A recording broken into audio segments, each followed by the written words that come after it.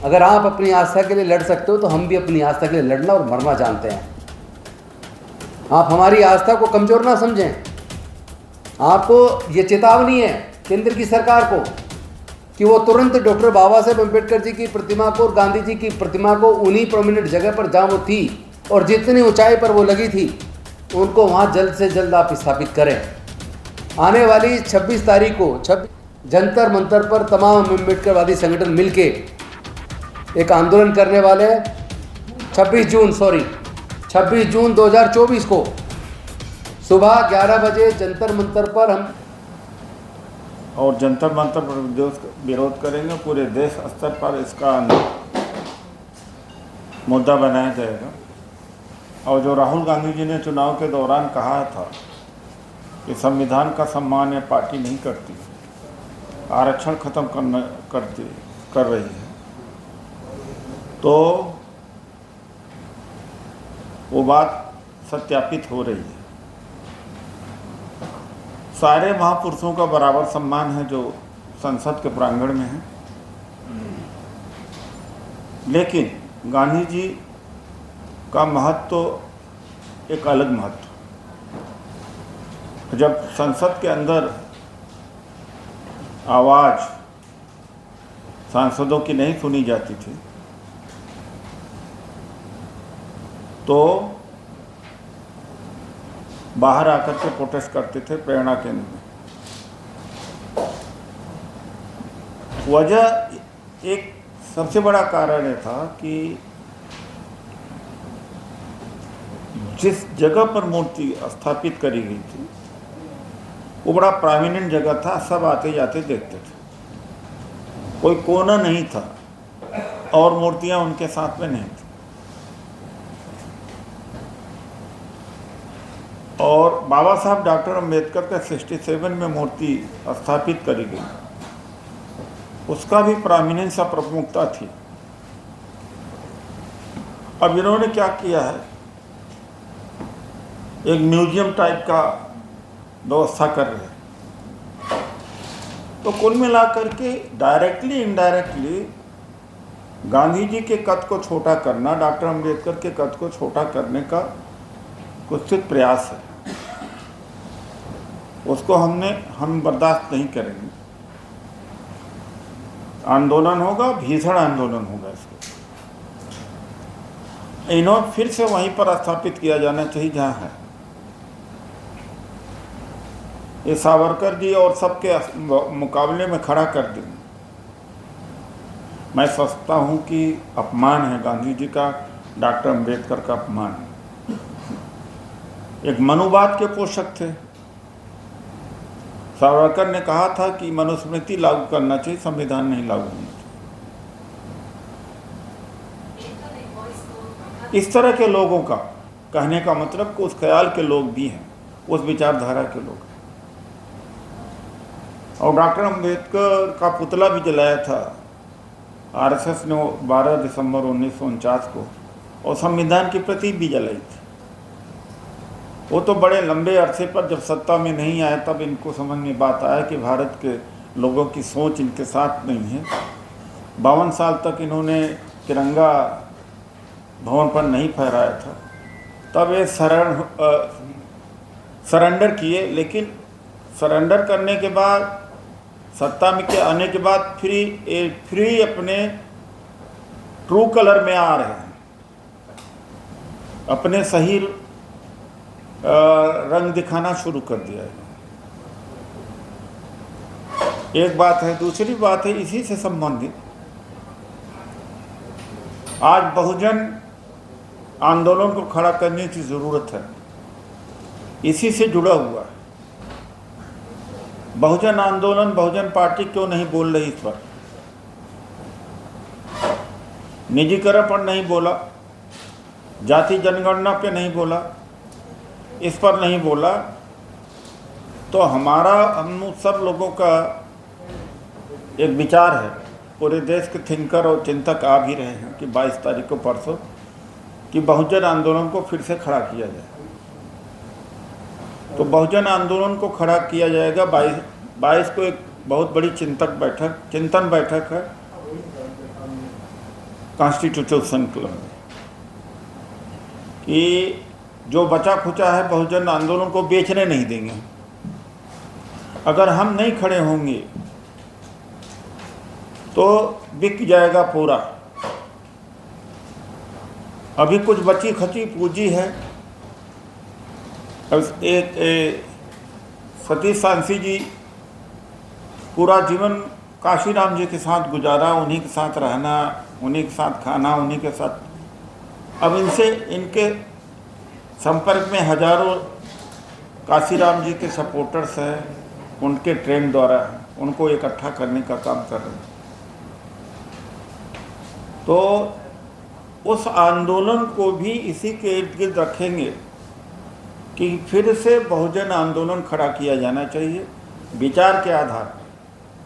और इत्तेफाक है कि कांग्रेस पार्टी भी सामाजिक न्याय की बात को बड़ी ही प्रमुखता से उठाया है। तो आज का विषय यही है। मैं अपने साथी राजेंद्र पाल गौतम जी, इन्होंने इस्तीफा दिया, कुर्बानी दी है। कुर्बानी किस बात को दे करके, जो बाबा साहब डॉक्टर अम्बेडकर की 22 प्रतिज्ञाएं थी, वो प्रतिज्ञा खुद ग्रहण किया, ग्रहण कराया, उसकी कीमत इन्होंने चुकाई।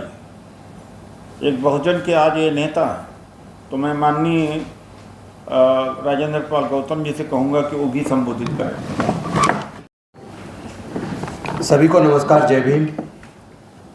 साथियों, ये जो संसद भवन के अंदर महापुरुषों की मूर्तियाँ थी, डॉक्टर बाबा साहेब अम्बेडकर जी की, गांधी जी की, इसमें डॉक्टर बाबा साहेब अम्बेडकर जी की प्रतिमा कोई साधारण प्रतिमा नहीं थी और ये प्रतिमा इतनी आसानी से भी नहीं लगी। 1964 से बहुत बड़ा आंदोलन संसद में डॉक्टर बाबा साहेब अम्बेडकर जी की प्रतिमा को लगाने का चलाया गया। उस आंदोलन में कई लाख लोगों ने गिरफ्तारियां दी, लाखों लोग जेल गए, कई लोगों की जेल में डेथ हुई, कई माताओं ने बच्चों को जेल में जन्म दिया। उस ऐतिहासिक आंदोलन, जो आज तक भारत में दलितों का इतना बड़ा आंदोलन कभी नहीं हुआ, इतने बड़े आंदोलन के बाद, इतनी बड़ी कुर्बानियों के बाद 2 अप्रैल 1967 को ये ऐतिहासिक प्रतिमा डॉक्टर बाबा साहेब अम्बेडकर जी की संसद भवन के प्रांगण में एक प्राइम लोकेशन पर लगी। जब संसद आते थे तो सांसद भी बाबा साहेब की प्रतिमा को नमन करते थे। हर साल 14 अप्रैल को डॉक्टर बाबा साहेब अम्बेडकर जी को मानने वाले लाखों लोग संसद भवन में आते हैं, बाबा साहेब को पुष्पांजलि अर्पित करते हैं। 6 दिसंबर को भी आते हैं पुष्पांजलि करने। और पार्लियामेंट स्ट्रीट पर सैकड़ों स्टॉल लगती हैं, जो बाबा साहेब को मानने वाले लोग स्टॉल लगाते हैं। लाखों लोग वहाँ आते हैं और वहाँ से डॉक्टर बाबा साहेब अम्बेडकर की विचारधारा को पूरे देश और दुनिया में पहुँचाने का काम होता रहा है। ये जो अचानक 2 और 3 की रात को डॉक्टर बाबा साहेब अम्बेडकर जी की प्रतिमा को वहाँ से हटाया गया, गांधी जी की प्रतिमा को हटाया गया, ये कोई साधारण घटना नहीं है। एक तो सबको पता लगना चाहिए कि संसद के अंदर प्रतिमा लगाना या उसको दूसरी जगह लगाना, शिफ्ट करना, इसके लिए जनरल पर्पसेस कमेटी होती है पार्लियामेंट की। इस पिछले 5 साल के कार्यकाल में जनरल पर्पसेस कमेटी का गठन ही नहीं हुआ। बिना उसके फैसले के, बिना जनरल पर्पसेस कमेटी के ये फैसला लिया किसने? एक तो ये सवाल है। दूसरा सवाल ये है कि जब चुनाव खत्म हुआ और रिजल्ट आने वाले थे, एग्जिट पोल 3 तारीख की रात को शाम को आने वाला था, एकदम आनंद फानन में तुरंत मोदी जी के नेतृत्व में, उनके लोगों के इशारे पर, सारे कानूनों को ताक पर रख के जिस तरीके से षड्यंत्र के तहत ये मूर्तियों को रातों रात हटाया गया, इससे षड्यंत्र स्पष्ट नजर आता है। जनता को कॉन्फिडेंस में नहीं लिया, विपक्ष को कॉन्फिडेंस में नहीं लिया, लोगों से कुछ पूछा नहीं गया, और अचानक ही रातों रात इस तरीके से मूर्ति को हटाकर और एक किनारे पे एक साइड में ले जाकर 13 मूर्तियों को एक जगह लगाना और प्रेरणा स्थल का नाम देना, निश्चित तौर पर ये बहुजन समाज का अपमान है।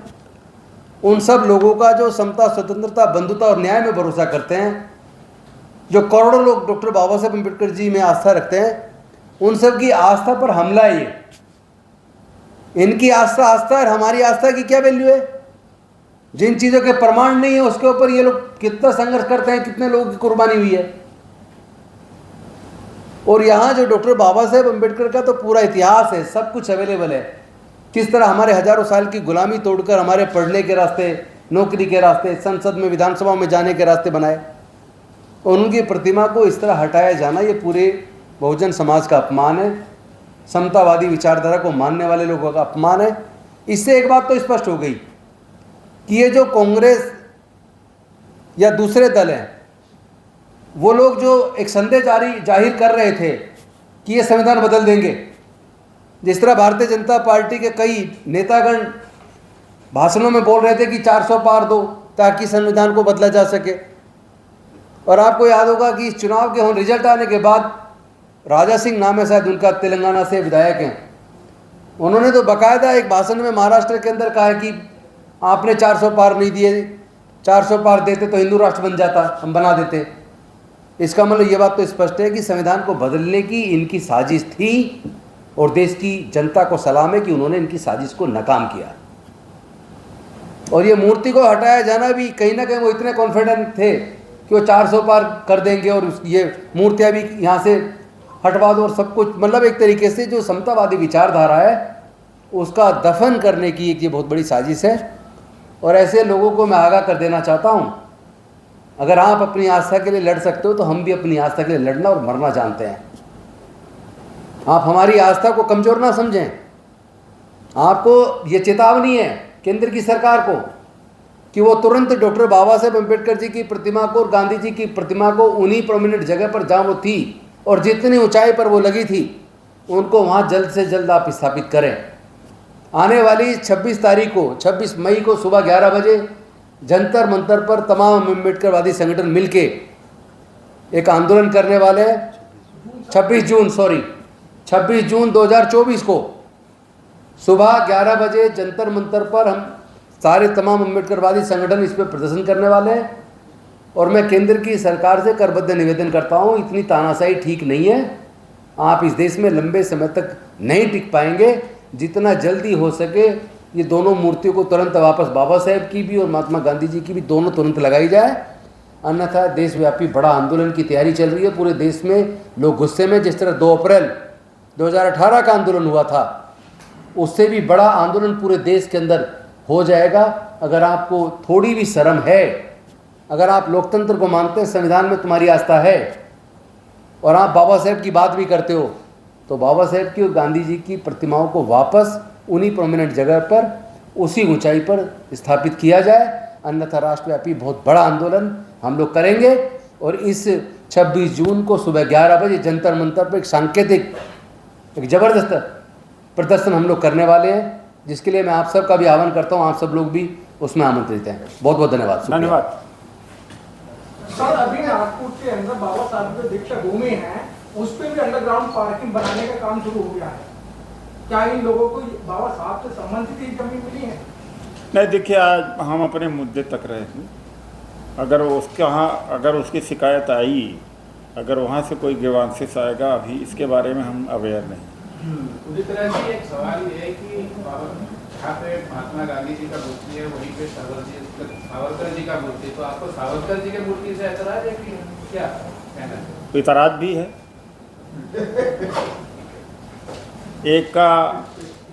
एक मनुस्मृति के पक्ष में, एक संविधान निर्माता, दोनों में मेल जोल हो नहीं सकता।